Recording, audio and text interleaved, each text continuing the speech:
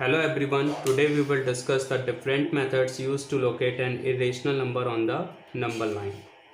But before starting with this topic, we will check the way that how to distinguish a rational and irrational number on the basis of a square root of some positive integer. So here I have taken a square root of 5 and a square root of 144. These square roots you may calculate using division method which you have studied in previous class. So using that division method you will find the value of root 5 as 2.236067 and so on. Similarly that of 144 you will observe as 12.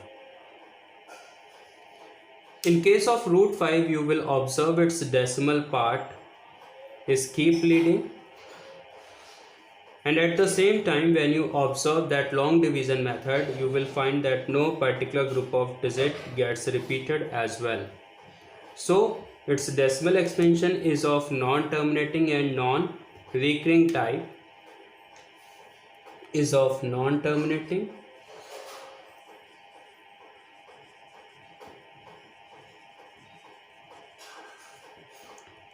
and non-recurring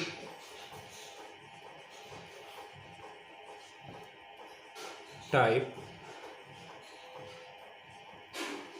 whereas this root 144 which equals to 12 and this 12 you may rewrite as 12.0, where this 0 has no significance at all. So in case of its decimal part or decimal expansion you will suggest yes, it gets terminated. So its decimal expansion is of terminating type. And we will discuss the different types of decimal expansions for a rational and irrational numbers later.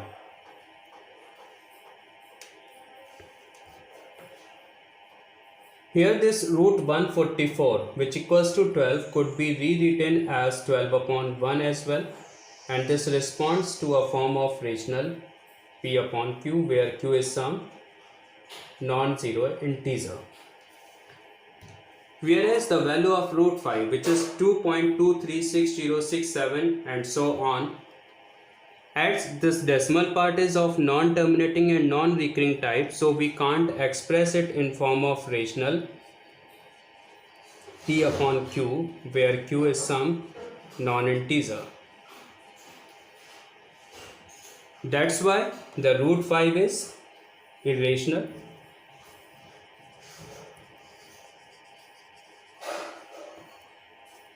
And this root 144 is a rational number.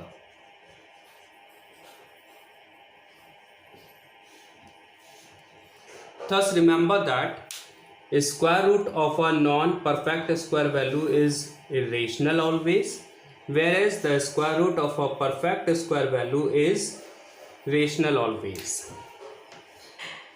So remember that a square root of a non-perfect square number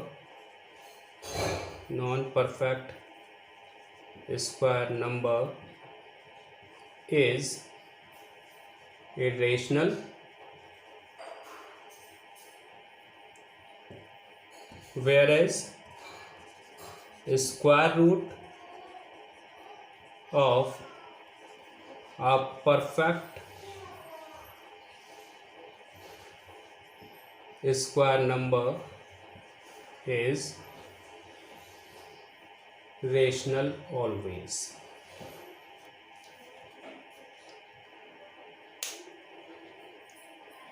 And next to it, let's discuss the Pythagorean triplet so that the Pythagoras theorem could be clear to you. And this Pythagorean triplet you have studied in previous class.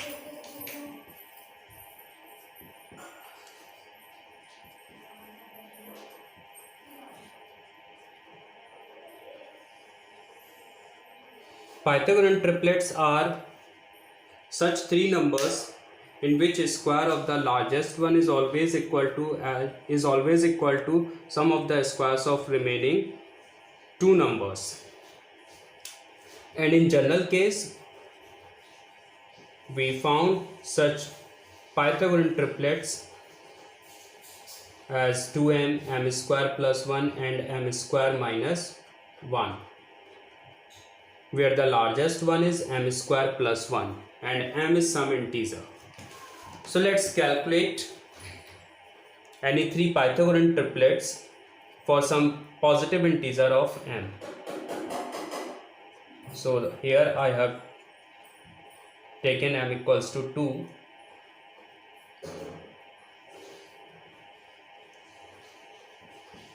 and let's calculate 2m. So 2 2s are 4, m square plus 1, it is 2 square plus 1, and 2 square is 4 plus 1, 5. And last third one is m square minus 1, and this equals to 2 square minus 1, and 2 2s are 4 minus 1 is 3. So here you may observe that the square of largest one is always equal to sum of the squares of remaining two. This is 25 equals to 9 plus 16, which corresponds to 25. If we use these three Pythagorean triplet as measures of sides of any triangle, like 4 centimeter, 5 centimeter and 3 centimeter, so such a triangle formed will be a right triangle, in which the side opposite to 90 will be the largest one,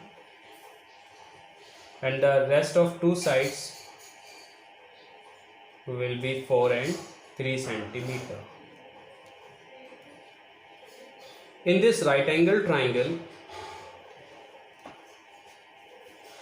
the square of the largest side, which is opposite to 90,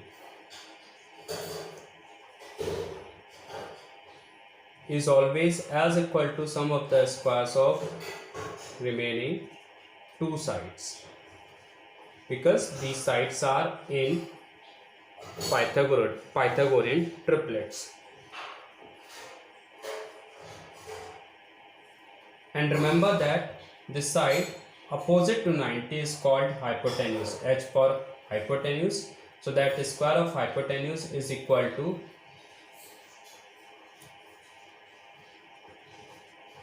base square plus perpendicular square, where these two remaining perpendicular sides I suggested as base and perpendicular. So that's the statement of Pythagoras theorem, that square of hypotenuse is always equal to sum of the squares of base and perpendicular. So that's the statement of Pythagoras theorem. This Pythagoras theorem could be used in order to locate an irrational number like root 5 on the number line. So here we draw a straight line at first and mark one of its two ends as A. Better to take that end as left one. And from that end we take a segment of 1 centimeter.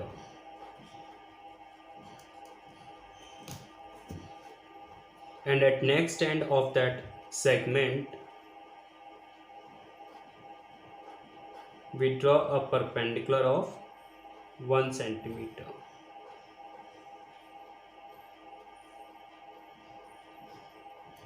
So this BC we have 1 centimeter. Let's join A to C.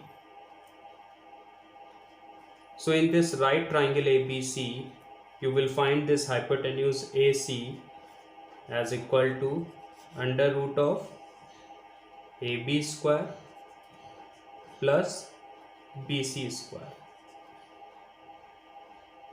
So this equals to root 2. It means that value of AC is root 2 centimeter. Let's locate this root 2 on number line. For that purpose, we take that much distance in compass and draw an arc on number line. Let this arc meets the number line at D.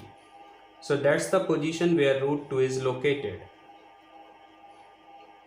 Now at D, we draw a perpendicular of 1 centimeter.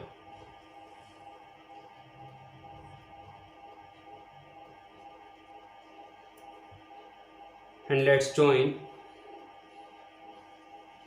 A to E, where this DE is of 1 centimeter and AD is of root 2 centimeter, because this AD as equals to AC.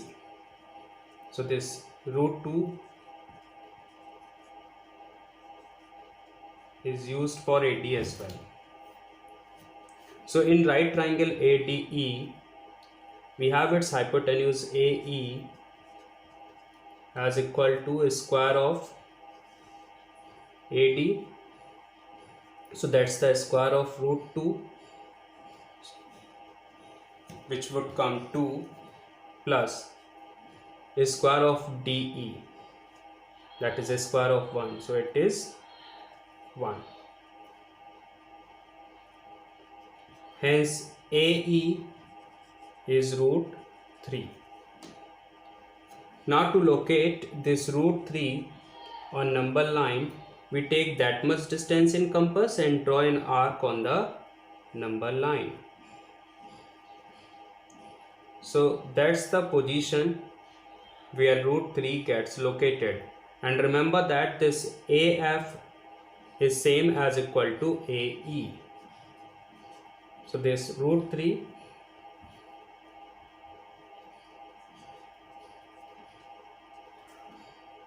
equals to AF. Now at F, we draw a perpendicular of 1 centimeter.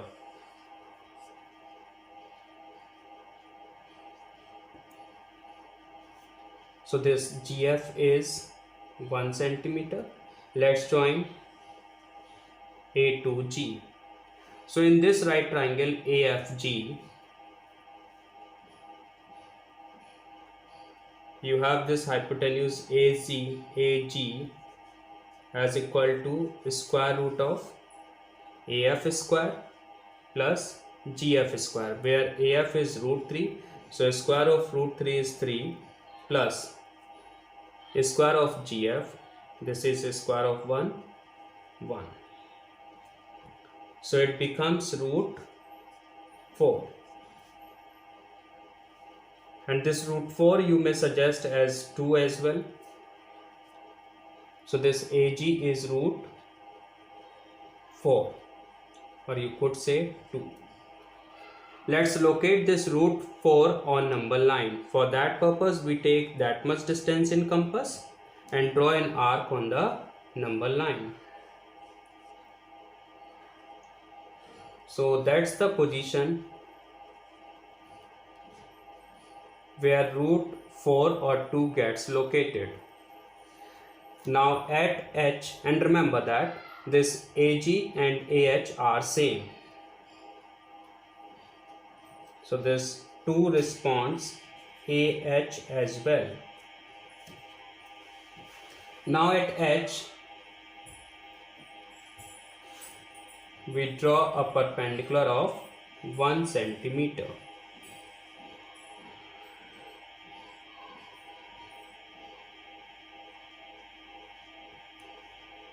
So this HI will be 1 centimeter and AH we have 2 centimeter. Let's join A to I. So this AI will be the hypotenuse of right triangle AHI. So in right triangle AHI, its hypotenuse AI we have root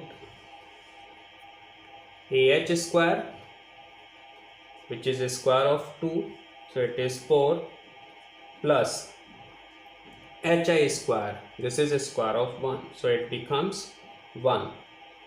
Hence AI becomes root 5. So let's take that much distance in compass and draw an arc on the number line. Let this arc meets the number line at J. So this J on number line is the required position of root 5. So that's the required way how root 5 gets located on number line, keeping Pythagoras theorem in mind. The first method of locating an irrational number on the number line. Yet we have two more methods of locating an irrational number on the number line. So let's discuss the method number 2, which is better known as square root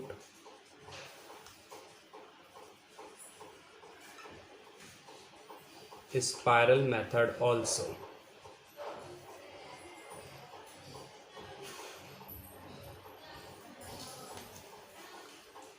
In this method, we draw a segment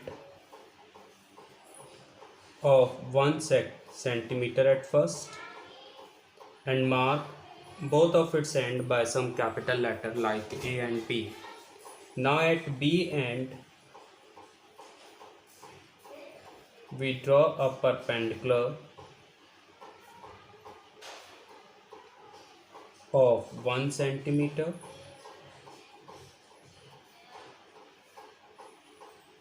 so that PC is of 1 centimeter. Let's join A to C.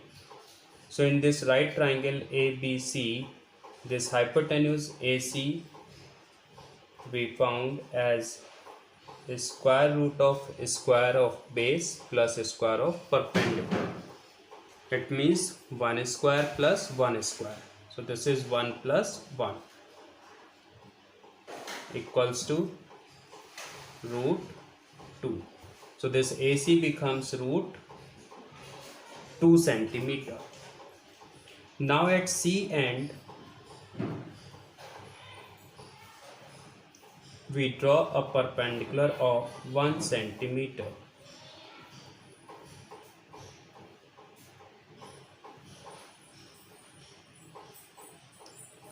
So the CD is of 1 centimeter, and let's join A to D.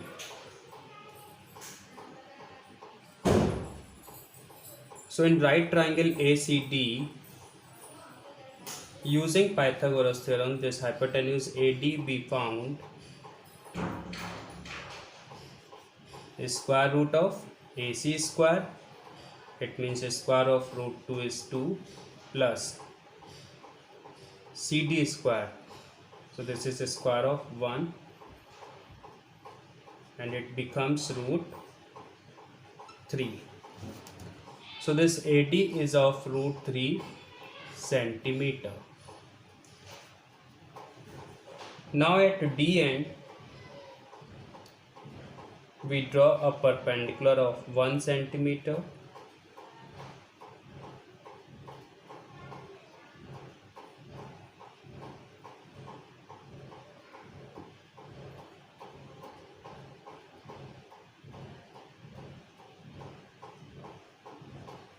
Where this DE is 1 centimeter, and let's join A to E. So in right triangle ADE, this hypotenuse AE we calculate using Pythagoras theorem. So it becomes square root of AD square. It means square of root 3 plus square of 1 is 1. So it becomes root 4, or you could say 2 centimeter. So this AE is root 4 or you could say 2 centimeter. Similarly, at E end, we draw a perpendicular of 1 centimeter.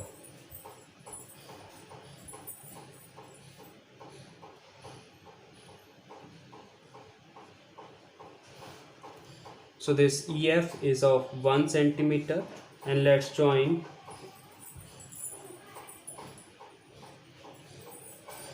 A to F. So in right triangle AEF, using Pythagoras theorem, that hypotenuse AF we have is square root of AE square. It means 2 square 4 plus EF square. This is square of 1 1. So it becomes root 5. So this AF is of root 5 centimeter. Now we take that much distance in compass and draw an arc on produced AB. So the point where this arc meets that AB produced will be the required position of root 5. Considering point A as origin or 0. Actually, in this method, as we keep following the number of square roots, a spiral gets formed, a spiral structure gets formed.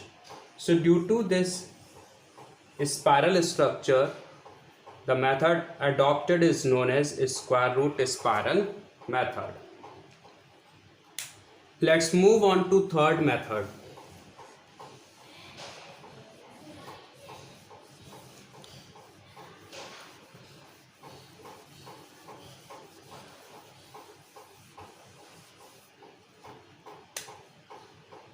Method number 3.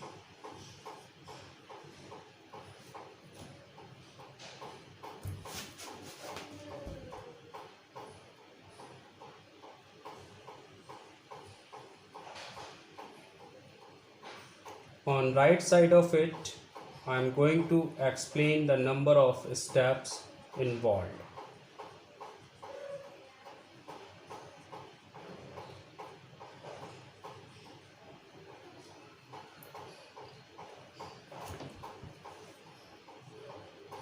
So let's start with first step. So at first we draw a straight segment of 5 centimeter. As root 5 we have to locate, so we will draw a straight segment of 5 centimeter. So in first step we have drawn a segment of 5 centimeter. Now in second step, we produce this segment AB by 1 centimeter. So that AB we have produced up to C by 1 centimeter. So in second step, we have this AC as equal to AB plus BC. It means 5 plus 1, 6 centimeter. Let's move on to third step. In third step,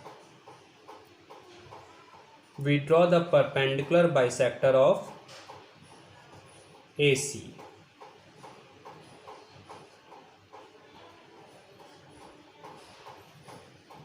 And you all have studied in previous classes that how to draw the perpendicular bisector of a given straight segment. So this time, to draw its perpendicular bisector, we take more than half of the distances between AC, and considering A and C as center, we draw a pair of intersecting arcs on either side of AC.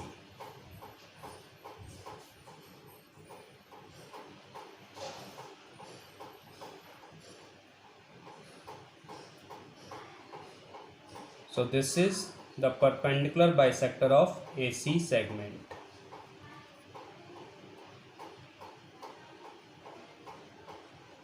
So at third step, we got this AD as equal to CD, and each of them would be half of AC. It means half of 3 centimeter.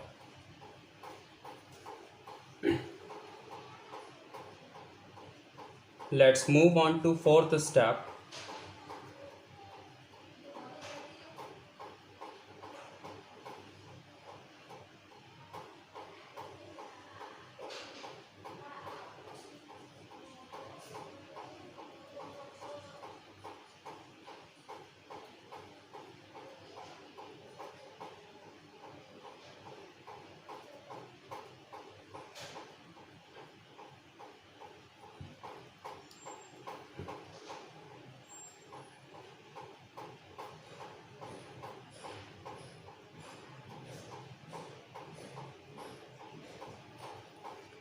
In fourth step, we consider that midpoint D as center, and taking distance dA or DC as radius, we draw a semicircle.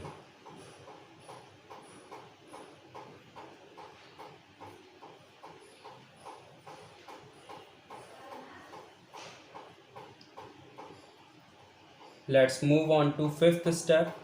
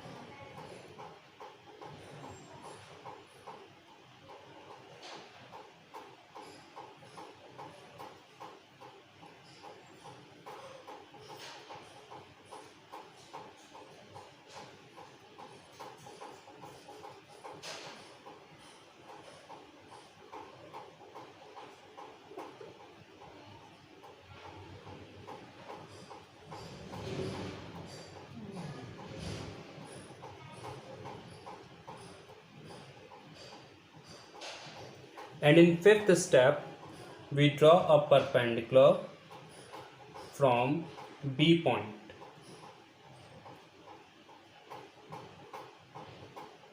which meets that semicircle at E.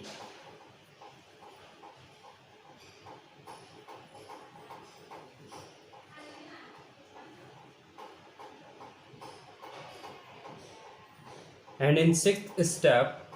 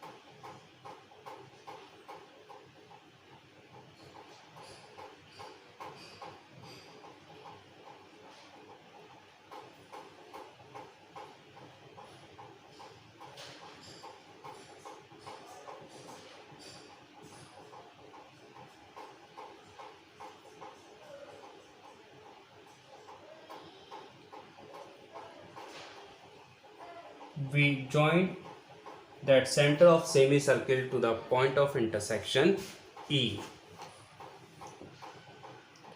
Now in this right triangle BDE, we check that how these three sides are related in accordance with Pythagoras theorem. And what could be the value of these sides?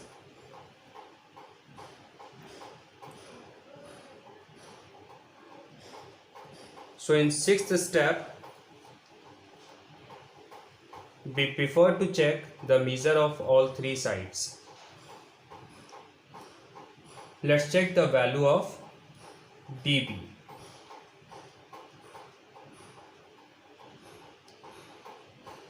So this dV we have as equal to DC minus BC, where DC is 3 centimeter minus BC is of 1 centimeter. So this dB becomes 2 centimeter. So this dB is of 2 centimeter. And this dE is the radius of semicircle. So this dE is same as dA or DC. So that dE we have as equal to dA or DC. Therefore, this dE becomes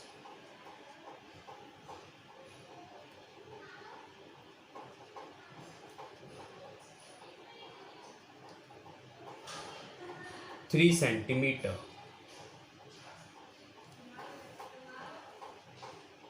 Now in this right triangle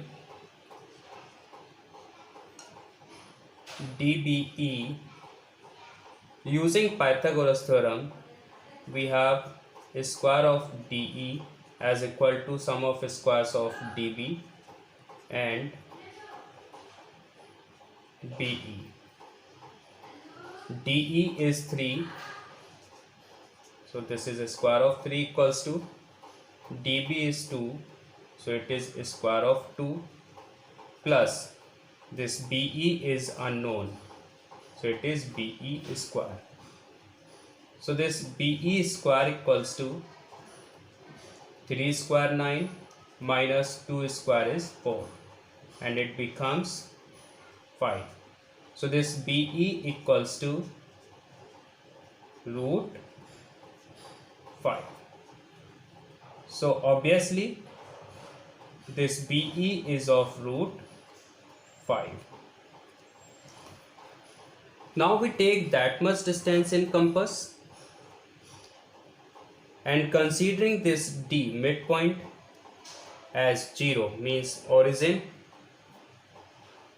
we draw an arc on this number line.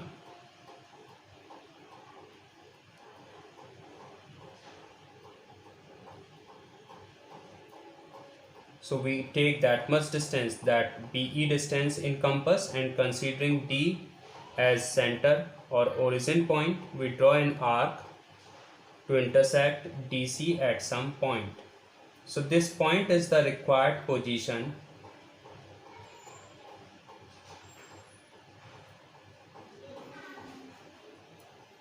of root 5. Now it may ask to locate such kind of irrationals on the number line.